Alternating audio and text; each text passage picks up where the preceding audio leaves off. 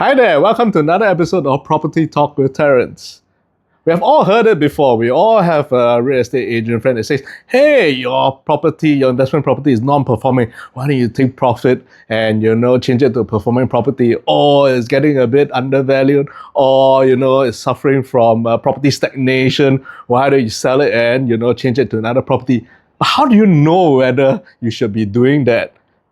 Well, let me introduce the concept of opportunity cost. What is the opportunity cost of moving from a resale property A to a new launch property B? Which, frankly, there are a lot of agents who tell you to do so.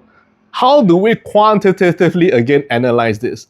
Okay, here's a real life example of opportunity cost. Say you have a $1 million property now and you're thinking, hey, should I perhaps upgrade it and go for a $2 million larger 3-bedroom? All right. What is the opportunity cost of switching from this $1 million property to the larger $2 million property? So, net rent per year, 2% for 3 years, 6%. Capital gain, 2 years, 6%. So, you will already lose because you have sold your $1 million property for the next 3 years, 222 plus 222, 12%, which is about $120,000. You also have to count the sales fee of about 2%, $20,000, $140,000. And the last amount, if you buy this $2 million property, you also have to pay stamp duty on it. And that on a $2 million property is about $80,000. So $140,000 plus $80,000, $220,000. So the opportunity cost of swapping from this $1 million property to the $2 million property is $220,000. What this means is if you think that this $2 million property would increase by more than $220,000 over the next 3 years, yes, you should do it. If you think that it wouldn't, then no, you shouldn't, because the opportunity cost of moving from this $1 million property to this $2 million property is worth $220,000. So, for example, if you think, hey, this is a great development, 3-bedroom compact, $2 million, I think when I buy on BC now, and it will rise by at least 5% during the TOP period for the next 3 years because it's scarce, there's transformation, etc. 2 million, 5% over the next 3 years is 15%.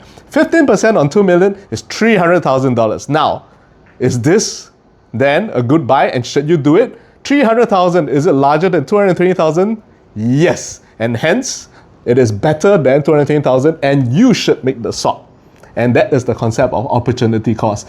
What are the typical 3 scenarios I would say that most people will do it, and it will be very natural that you will have a gain? I would say the first one is when you unlock the equity on the current property in order to buy 2.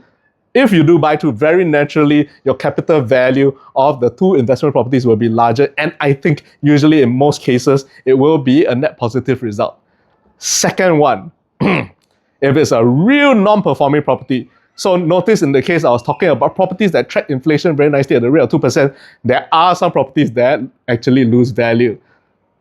There are some 1-bedrooms that if you have bought at an overpriced amount and the seller is forced to sell, they do drop. And you have cases where the properties are actually depreciating in value. Quite rare, but there are. So in those cases, yes, it might be a possibility that you might want to move. The third case, where you increase the property value. So, for example, say your property value is currently 2 million and you want to unlock the equity in order to buy a larger property of 4 million.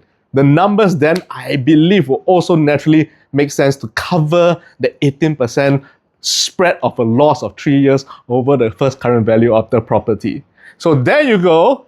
If you are unsure and you're in doubt of basically on whether you should transfer from one resale property A to B, just bear in mind opportunity cost, do some calculations on your own. Thank you very much, and if you like it, again, please do remember to like the smash button, and I'll see you next time.